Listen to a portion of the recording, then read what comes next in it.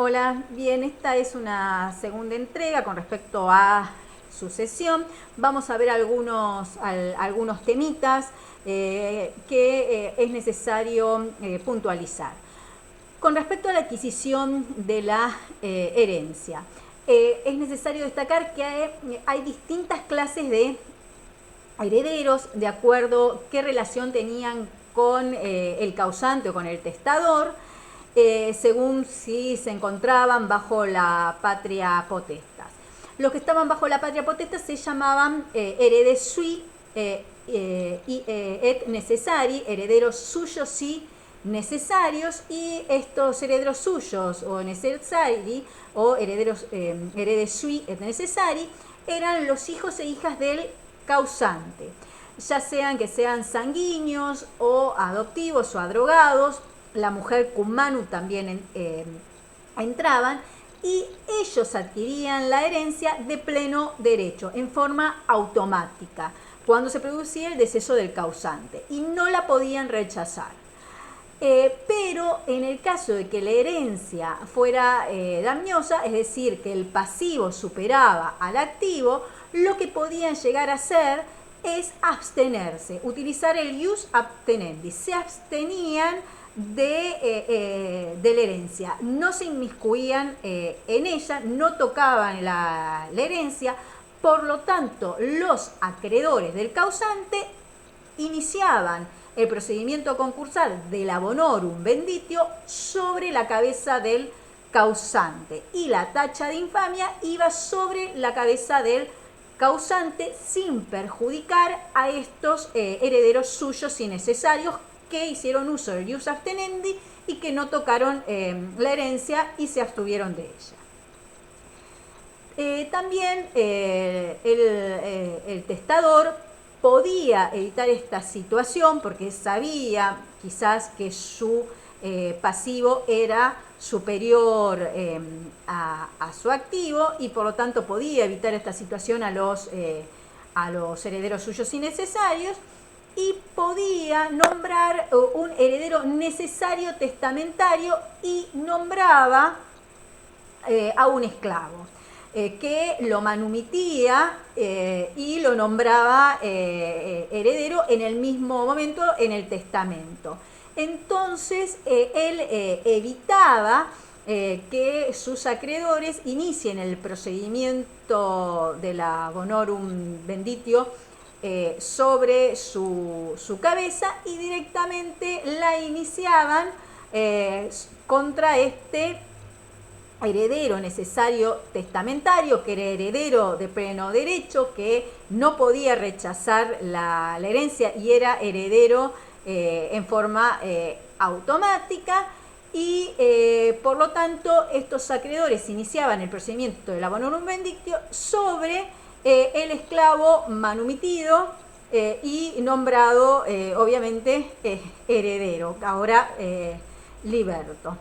Con lo cual era una forma de evitar que hacía el causante que se inicie el procedimiento sobre su cabeza y sobre su memoria y sobre otros herederos suyos y necesarios. Y por último tenemos a los denominados herederos voluntarios o extraños. Estos herederos voluntarios o extraños son los únicos que para que resulten ser herederos necesitaban aceptar la herencia, y son los únicos que podían rechazar la herencia. Y en el caso de la herencia testamentaria eran herederos extraños o voluntarios las personas extrañas a la familia, por ejemplo un amigo, o en un primer momento vimos los hijos emancipados o los hijos dados en adopción. Y en una herencia ad intestato del ius civilis, los herederos extraños eran los agnados más próximos, con lo cual estos eran los únicos que podían aceptar o rechazar la herencia. Entonces ellos podían estudiar y ver si el pasivo era superior al activo, si les convenía o no les convenía aceptarla, y ellos no resultaban en forma automática herederos. Ellos para resultar herederos tenían que aceptarla. Ante esta situación de esta clase de herederos extraños o voluntarios, aparece la distinción entre lo que es herencia yacente y herencia vacante. Específicamente aparece por esta clase de herederos. Acá podía suceder que existiera una herencia que no tuviera, todavía no fuera aceptada por este heredero extraño o voluntario, porque estaba estudiando si le convenía o no le convenía aceptar, y en este caso era una herencia yacente. Estaba a la expectativa de tener un heredero, a ver si este heredero extraño o voluntario la aceptaba. Pero podía pasar que esta herencia yacente se convirtiera en herencia vacante. Es decir, la herencia vacante es decir que no tuviera heredero, o que directamente el heredero extraño o voluntario directamente no la aceptaba, y por eso se convertía la herencia yacente en una herencia vacante. Con respecto a esto, en caso de estas herencias vacantes, lo que podía pasar, se aplicaba el principio general, en donde se abría el camino de la usucapio pro heredes, es decir, que se podía usucapir la herencia, que era en un plazo muy corto y cualquiera la podía usucapir porque era un año, y ante esta situación era, no, digamos, la situación era extraña, pero la solución que se daba es que si algo no tenía dueño o sin dueño y sin que nadie lo reclame, lo tomaba el que desea. Y en el caso si no, obviamente todo iba a parar, en estas herencias vacantes, iba a parar al fisco. Lo que es interesante ver también es el tema de la sucesión la sucesión legítima contra el testamento. En este caso, siempre los romanos respetaron el derecho que tenía una persona a hacer testamento, y tenía la más amplia libertad, que podía nombrar al testador a quien quisiera, podía instituir heredero.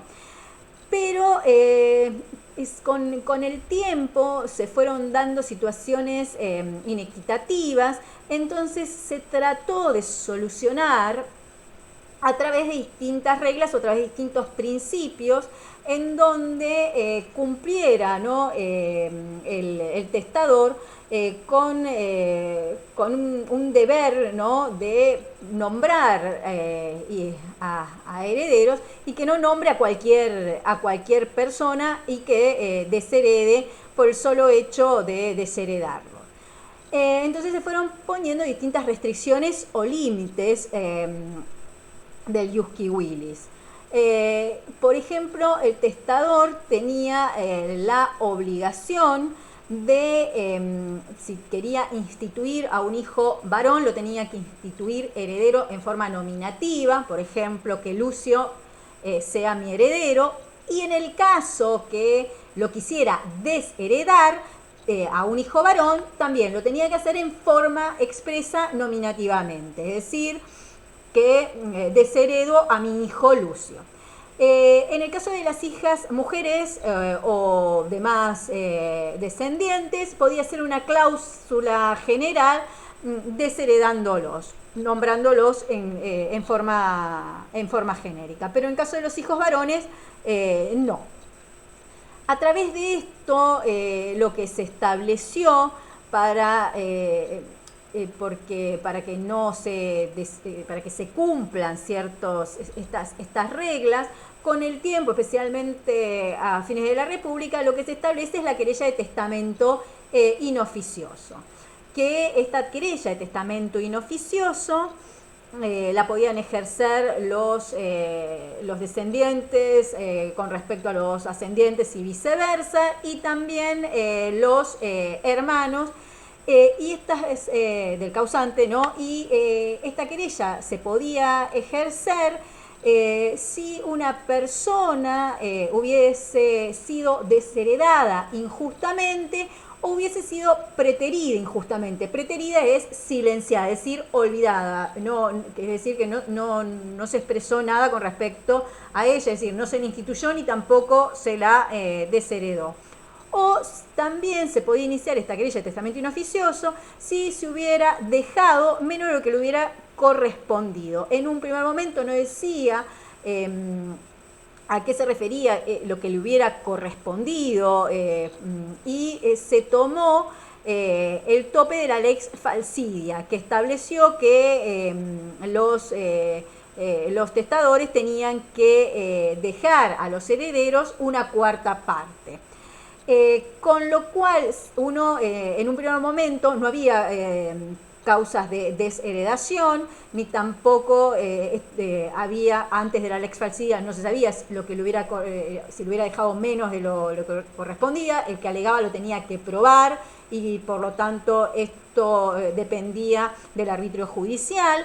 Luego las causas de desheredación aparecen recién en la época justinianea y cuando se establece la lex falsidia ahí ya hay un tope, es decir, si a uno le habían dejado un cuarto, entonces no podía intentar la querella de testamento inoficioso.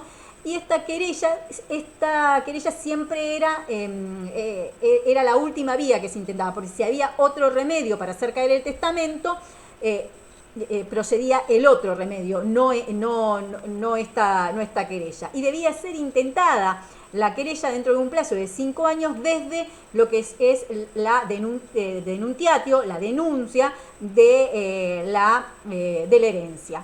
Obviamente que si procedía la querella de testamento inoficioso, el testamento caía y se abría la sucesión ab intestato, beneficiando no solamente a aquel que intentó la querella, sino a cualquier posible heredero legítimo de una sucesión ab intestato.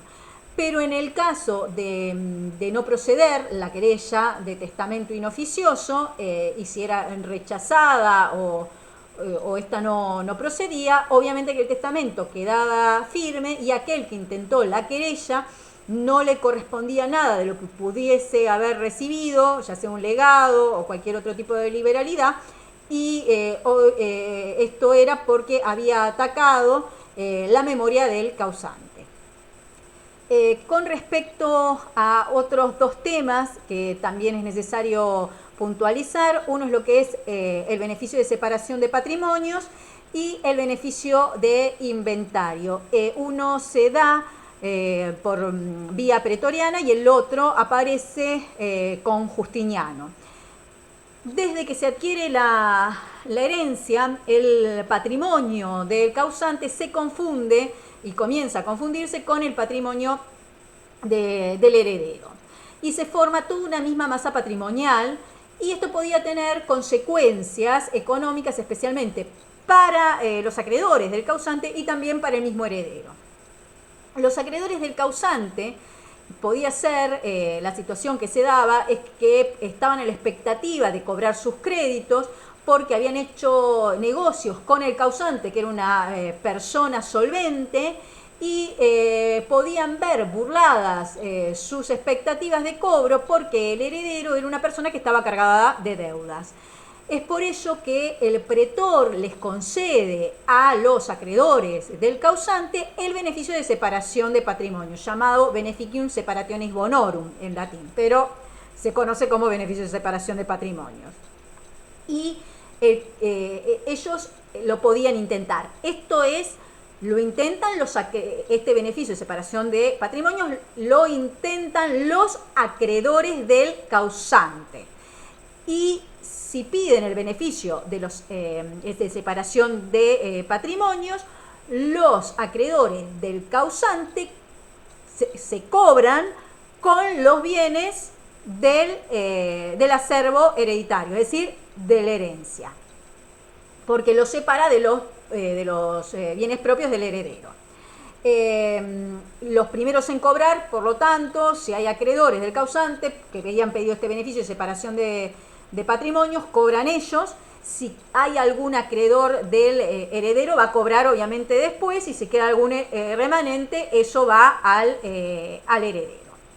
La otra situación que se podía presentar era el caso del heredero que se encuentre con una herencia dañosa. Esta herencia dañosa significaba que el pasivo es superior al activo, y el heredero siempre tenía una responsabilidad ultra vires, es decir, que iba a responder por las deudas del causante más allá del activo de la herencia. Va a tener lo que hacer, si no lo cubría, con los bienes propios, de su propio patrimonio.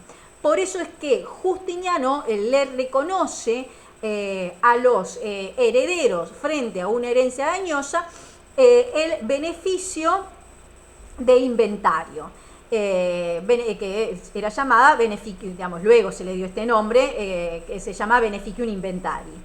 En este caso, el heredero que aceptaba esta herencia la iba a aceptar con este beneficio de inventario, y tenía que comenzar a realizar un inventario de acuerdo a todas las reglas, respetando los plazos, declarando cada uno de los bienes al hacer el inventario, y obviamente también tenía que hacerlo frente a los legatarios, fideicomisarios y a los testigos. Si tenía que hacerlo sí o sí el inventario. Una vez que cumplía con este inventario, iba a pagar a los acreedores del causante solamente con los bienes hereditarios, es decir, iba a tener una responsabilidad infravires. Se pagaba primero a los acreedores hipotecarios, luego a los quirografarios, después se pagaban a los legatarios y todas las demás liberalidades. Obviamente que para que funcione este beneficio de inventario tenía que hacer bien el inventario, no olvidarse ningún bien, tenía que declarar todo, cumplir con todos los plazos y con todas las reglas para hacerlo, porque si no lo hacía en los plazos establecidos y si no cumplía las reglas de cómo realizar el inventario, no iba a gozar de este beneficio y no iba a tener una responsabilidad infravires, es decir, responder con los bienes de la herencia, sino que si no hacía bien las cosas, no funcionaba este beneficio de inventario e iba a tener que responder con una responsabilidad ultra vires, es decir, no solo con los bienes de la herencia, sino también con sus propios bienes. Así que el inventario tenía que estar bien hecho para que funcione este beneficio. Bueno, esto es esta segunda parte de esta entrega del tema de sucesión ad intestato. Cualquier duda me consultan y me mandan sus respectivos mails.